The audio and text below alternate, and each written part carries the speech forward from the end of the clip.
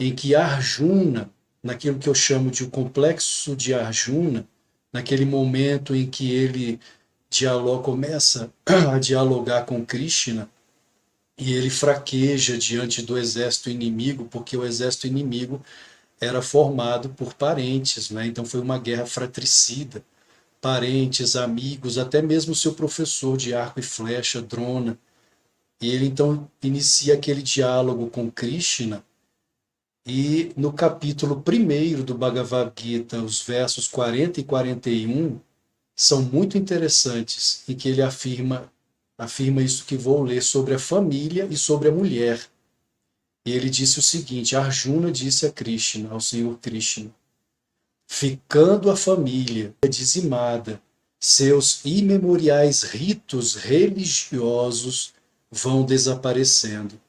Quando se destrói o que sustenta a religião, e a religião é o Dharma. Lembrando que yoga vem do sânscrito yud, união. União de quê? Do pequeno eu com o eu maior, que é Deus em nós.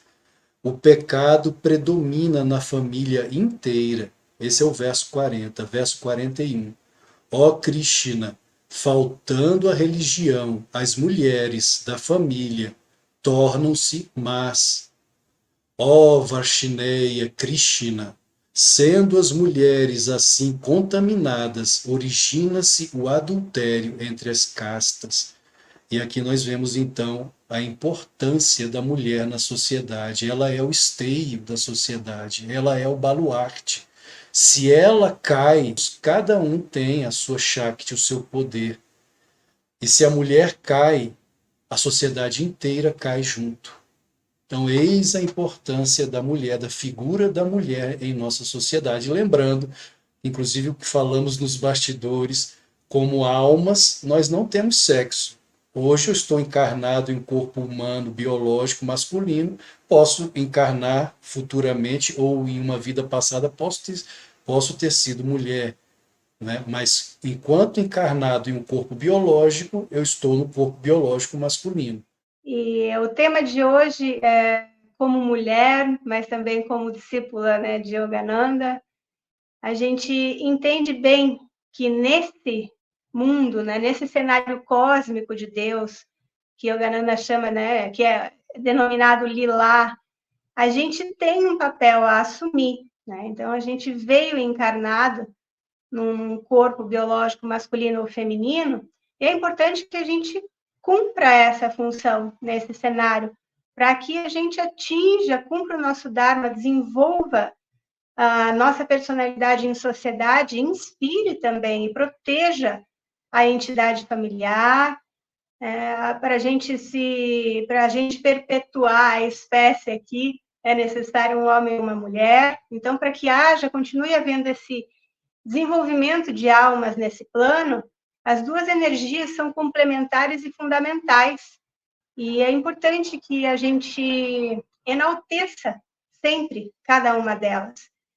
Tanto a mulher enaltecer a própria energia feminina e a energia masculina do homem, valorizar, reconhecer e agradecer. E o homem a mesma coisa. Ele valorizar a energia dele, masculina, com a sua importância, e reconhecer, valorizar a feminina. Né? Hoje em dia os valores estão muito deturpados, tudo se mistura, e princípios que são básicos, é tão básico, são energias complementares e vitais para a continuidade da nossa experiência nesse plano, né? Sem isso, a gente é extinto. E há tanta confusão. Então, a mulher com essa energia de gerar, nutrir e proteger um ser até que ele possa seguir com suas próprias pernas, e o homem com a sua missão fundamental de ser o protetor daquela mulher enquanto ela está dedicada nessa nutrição de outro ser, e também receber, né, ter essa troca de proteção e carinho e cuidado. É tudo muito bonito, na verdade. Enquanto você falava aqui, me ocorreu o seguinte: toda, toda contestação que se faz hoje a função do homem e da mulher em sociedade parece, na verdade, um atentado às determinações de cada um dos sexos, a condição básica de cada um dos sexos. E, assim, qualquer um dos comentários e críticas que se faça ao homem ou à mulher, ele precisa se assentar no fato de que há uma determinação que nos torna homens ou mulheres, que, sobretudo, a primeira determinação que é biológica. De modo que toda crítica que se instaura em torno disso, ela precisa, pelo menos, se assentar nesse fato, né? O fato de que há uma distinção que não apenas se reflete no nível físico, obviamente, mas que vai se tornando cada vez mais presente também em outros níveis, sobretudo psicológico. No homem, por exemplo, você observa que há em certas glândulas, em regiões subcorticais no cérebro, que estão muito mais habilitadas a receber uma testosterona, enquanto que na mulher há mais inclinação ao estrogênio e à progesterona. Essa sensibilização do homem à testosterona e da mulher aos hormônios sexuais femininos, sobretudo, provoca uma série de diferenças graves no comportamento, diferenças severas, e no comportamento de escolha também. Você veja o caso do comportamento de enfrentamento ao medo. Historicamente falando, evolutivamente falando, o homem, ele normalmente é aquele imprudente que vai lá verificar o que é que está acontecendo, né? Quando acontece algo, um barulho estranho, ele vai até lá para ver o que é que está acontecendo. Só que, evolutivamente falando, a mulher foi que desenvolveu recursos instrumentais de inteligência para não precisar ir de encontro ao risco, mas para fugir dele a fim de proteger não apenas a si mesma, mas também a sua prole, né? O seu filho, sua cria. Porque, veja, como é curioso isso. Por que que ela desenvolveu esse recurso?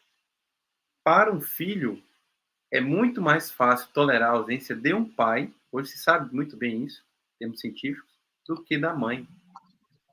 Então é óbvio que, em termos vitais e essenciais, a preservação feminina talvez assim muito mais importante para o desenvolvimento da humanidade do que do homem, em certo sentido. Para que os filhos fiquem bem, para que eles cresçam bem, cresçam com saúde. Isso em situações drásticas, obviamente, né? Onde não há muita escolha, ou guerras, né, como você percebe muito bem, historicamente falando.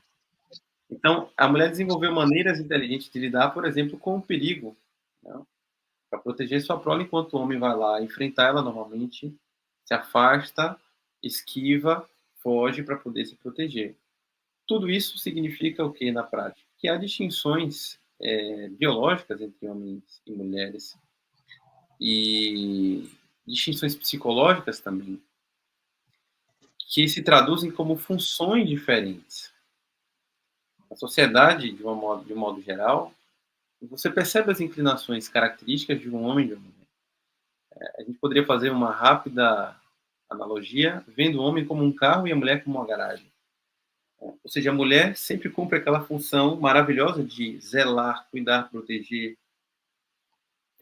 oferecer um alimento não só, obviamente, do seu seio, mas de afeto, sobretudo.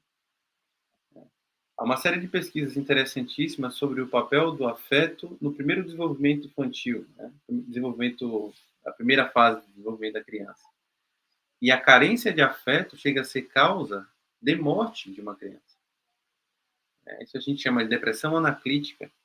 Experimentos de René Spitz mostraram bem isso. Quer dizer, a falta de afeto, sobretudo o afeto materno, que é o primeiro contato que normalmente uma criança tem, que é com sua mãe, o seio materno, aquela troca maravilhosa de olhares, né? A carência desse primeiro contato pode levar a criança a morrer. Ela vai definhando fisicamente, até chegar ao ponto de morrer, de fato. Então, esse primeiro momento, eu gostaria de frisar essas distinções, para que a gente não veja com estranhamento o que é absolutamente natural, e reforço que toda e qualquer discussão que se faça em torno do papel masculino, o papel feminino na sociedade, ou como as coisas se cumprem, Assim ocorre em função de uma verdade que é incontestável e precisa ser aceita, que é exatamente a verdade, a diferença entre ambas os sexos. É preciso tomar isso como ponto de partida, obviamente.